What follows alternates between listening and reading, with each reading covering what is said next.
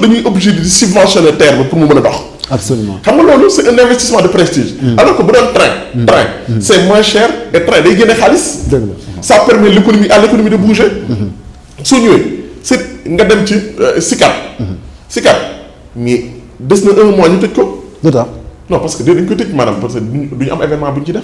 parce que instant bi dañu am ay événements yu bëri mooy Sénégal y a un nouveau gouvernement ñu war a def tout est calme mais le stade de football soo xoolee le bilan ñaata yoon stade de football non le calendrier FIFA ak CAF benn yoon ngay football mois bi ci mois bi benn yoon lañu benn date la ñu am ñaari date nga am ñaari match ngay am mais boo ko calculé da benn bi c'est à l'intérieur benn bi c'est à l'extérieur mais quelle est l'opportunité d'avoir ce stade là. ah mais tamit am ay infrastructures ci dëkk tamit. mais on a déjà un stade on a déjà des stades. il faut xam nga d'accord naa stade dañu ko war a am de. mais il faut voir la priorité. mais est-ce que stade bi mën na. non mais Makou foofu sax je vais rebondir non mais tamit foofu di taxawee xam nga. le Sénégal ça tend vers l'organisation d'une coupe d'Afrique parce qu'on n'a jamais fait aussi. on l'a fait en 92 on l'a fait. on a organisé. man 92 je m'en souviens du match d'ouverture.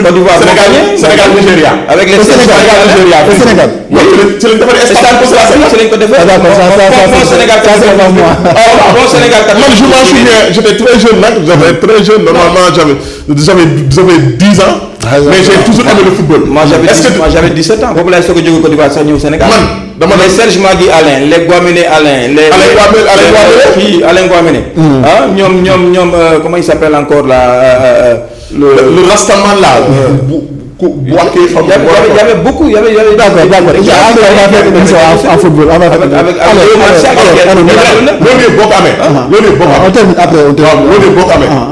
Mais grand.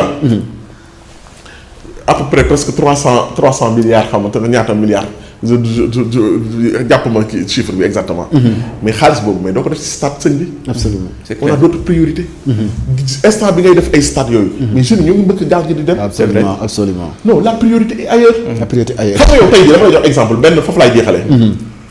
c'était un investissement nit ñi dañ ko tuddee woon un investissement de prestige mais ñun léegi. on se rend compte que c'était pas un investissement de prestige. mooy lan Ablaye Wade lu mu defoon même les investissements de prestige Ablaye Wade. ñoo gën a rentable les investissements de prestige am. mais tey jii le grand théâtre. mais am na date yoo xam ne man mi ngi nekk dans le milieu de l'art. mënoo am date. parce que c'est plein.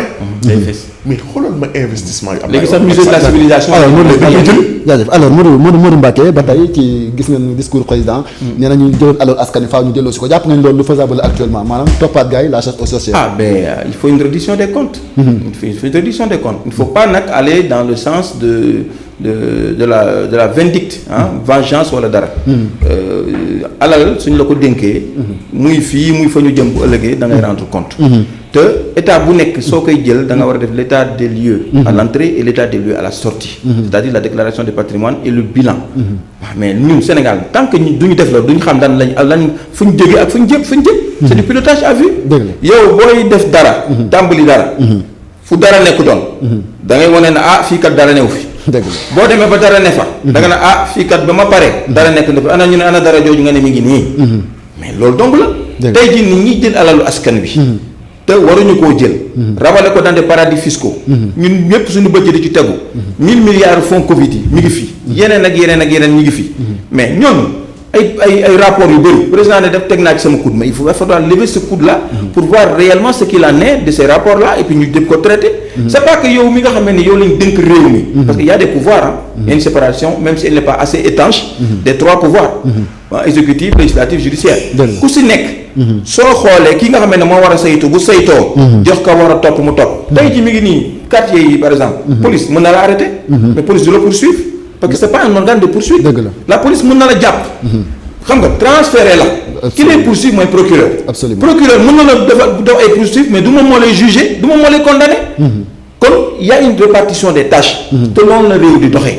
kenn mënut a toog moom kese di buum ak a buum mi. président warul décider ku ñuy arrêter wala ku ñuy bàyyi. xam nga moo tax aussi je trouve pertinent la création du juge de liberté nga xam ne pratiquement da nga koy retrouver ci nu mu tudd sax programme mu presque candidat yëpp. le juge de liberté parce que on n'a jamais autant souffert. des privations de liberté que sous le règne de Macky Sall, ça il faut le dire. Donc ñooñu aussi su fekkente ne dañ doon réprimer nit ñi di dal seen kaw di leen tëj kon ñoom aussi war nañu xool ñoom la ñu def parce que ki daan tëjaate su fekkente ne moom aussi war nañ koo tëj non na ñëw ñu tëj ko waaw na fekk ne am na lu mu def ñu xool la mu def ñu topp ko ba mu sës ba xam ne lii la fi def ñu jàpp ko ñu tëj ko sans aucune complaisance du question dañ koy def pour toppante ak yow mais da ngaa jël lu ñëpp moom da ngaa jël loo xam ne ni dëkk ba nekk fële ca àll ba waroon na fa am hôpital 50 jigéen gaañu fa parce que dañ doon wasin te ñooñu su fekkente ne yow sàccoo woon alal jooju je m'excuse du terme parce que il faut être cru soo ko jëlutoon mënoon a tabax juróomi hôpitaux wala dara mu mën ñooñu seen bakkan daal di ñoom kon tey ni ko mag ñi di waxee balaa nit ne reyuma nit dañoo war a bàyyi ba dem àlaxira gis nga àlaxira ku fa teew ñu ne reyoo nit si nga war a gëmee sax ne reyoo nit parce que yaa ngi jëf loo xam ne ni ci kaw suuf fii nii rey nga ci ay nit ay bakkan sans t'en rendre compte te randale alal ji ñii mais ci la bokk c'est des crimes c'est pas des délits mais c'est des crimes d'accord c'est des crimes alors Maxu ñu avancé tuuti jëm ci gouvernement bu bees bi moom laa doon ñëw premier ministre Ousmane Sonko woote na fële ca palais ni ki tey ji presse ba teew fa d'abord gis nañ également liste bu njëkk a fuité am loo xam ne également am na ci ay complications gis ñu quota lii di catholique yi amu ci te ñoom dañoo war a am pàcc ci gouvernement bi d'abord liste boobu génn ban jàng ci am. c'est une liste parfois il faut faire attention à la manipulation. Il y a beaucoup de gens qui payent des influenceurs et tout ça. Pour prononcer leur nom pour qu'on dise pour dire à X à tel ministère mais il faut faire confiance à Ousmane Sonko. Il est vraiment ininfluençable. On espère ça. Parce que tey ñu ko xam nañu il est très très ininfluençable. parce que tamit mënoo tamit yow et ça on a gis nga nit ñi. pour man il faut qu'on réorganise ça. Moi j'ai vu des gens au palais. Il faut que les gars de Pastef là reviennent à la raison gis nga. Ousmane kii Diomaye candidat Pastef n'est plus le Diomaye président loolu dëgg la. Il faut qu'il laisse place. Parce qu'en fait ni ñu ko organisé mën a xaw a un peu de digression dugg ci ni ñu organisé seen kii bi nu mu tudd y a beaucoup de gens qui méritent cérémonie de prestation de serment. C'est pas à eux de gérer ça.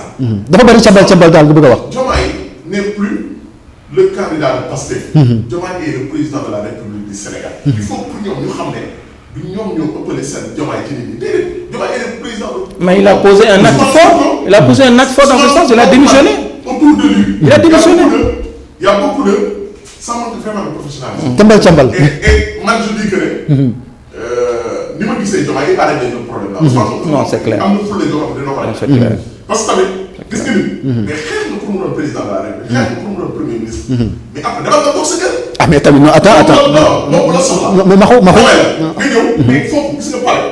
luy caaxaan. c'est du sérieux il faut qu'on sache que on a dépassé le temps des folklore. gis nga lii. dëgg la.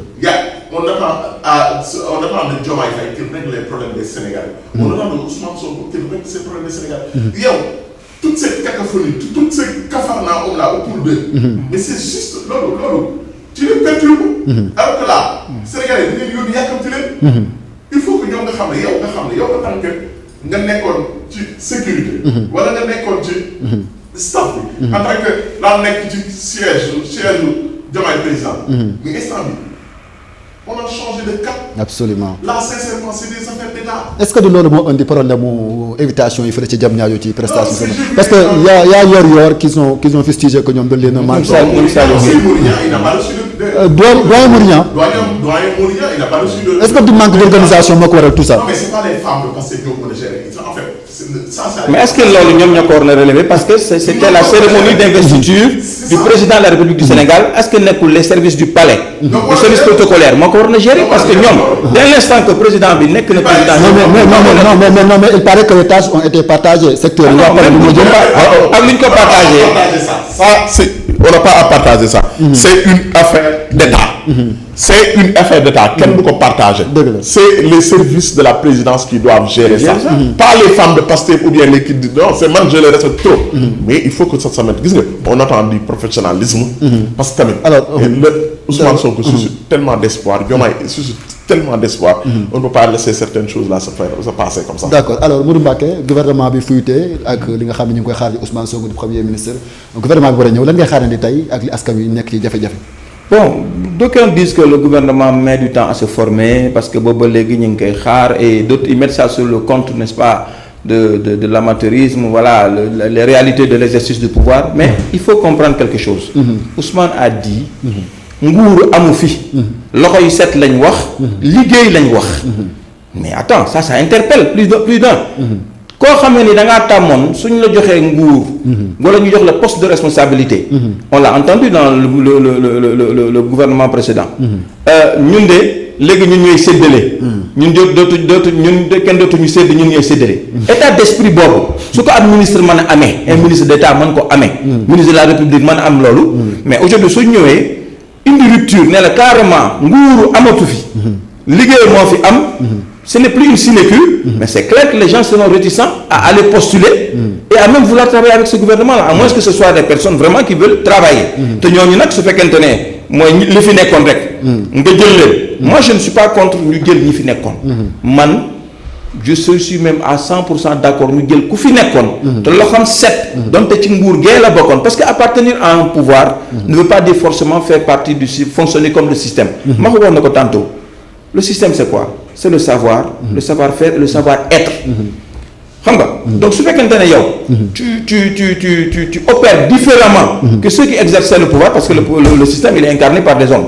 Maintenant à partir de là il s'est adossé aussi à leur savoir, le savoir-faire et le savoir-être. Maintenant si tu as un savoir qui est différent de leur, un savoir-être qui est différent de leur, un savoir-faire qui est différent de leur, là tu n'es plus dans le système, tu es en marge du système. Okay, tu es en fond dans la rupture. Donc mën na jël comme ni mu jëlee Mary Teuw Niane, on le prend parce que c'est quelqu'un de compétent, c'est pas quelqu'un de fondamentalement politique.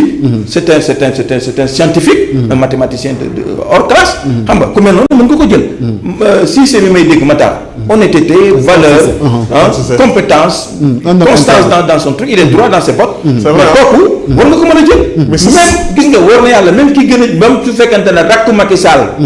si bu nekkoon ci gouvernement bi wane woon na loxo bu set ak kii nga dem jël ko c'est pas un problème parce que problème bi lan la. il faut faire appel. je les demande. non c'est par rapport à son discours. c'est par rapport à son discours bi mu def. non mais il l'a fait parce que il était maire il était élu là-bas. mu ñëw ci sa dëkk def ko. def lu baax foofu mais il faut nga wax ko. ça c'est clair mais il faut pas prendre ce discours là c'est bas. il est très compétent. il est conséquent avec lui-même. non nit ñi xam nga Mary Teuw Niane pourquoi il a je te dis un secret. Pourquoi il a été choisi comme par Ousmane Sonko et Diomaye. Est-ce que tu sais que Ousmane Sonko bi muy nekk recteur à l'université. bi muy nekk université Cheikh Anta Diop. ba muy nekk UGB. c'est Mary Teuw Niane qui était recteur. il a eu les meilleurs résultats de l'UGB c'est sous Mary Teuw Niane. est-ce que xam nga il a gardé l'université numérique là. les universités virtuelles du Sénégal. l'université UVS. l'université UVS. Mary Teuw Niane moo ko lancé. mais bien sûr. est-ce que xam nga Mary Teuw Niane. il a eu son bac S avec mention très bien. mention très bien je te dis. ñi wax ni dañoo xam man je les conseille. ñu dem xoolal kan mooy Mary Teuw Niane. pour revenir à ce qu'il disait. vas-y. man je dis qu'il ne faut pas s'attarder sur des détails. il ne faut pas discuter sur le sexe des anges. nit ñi.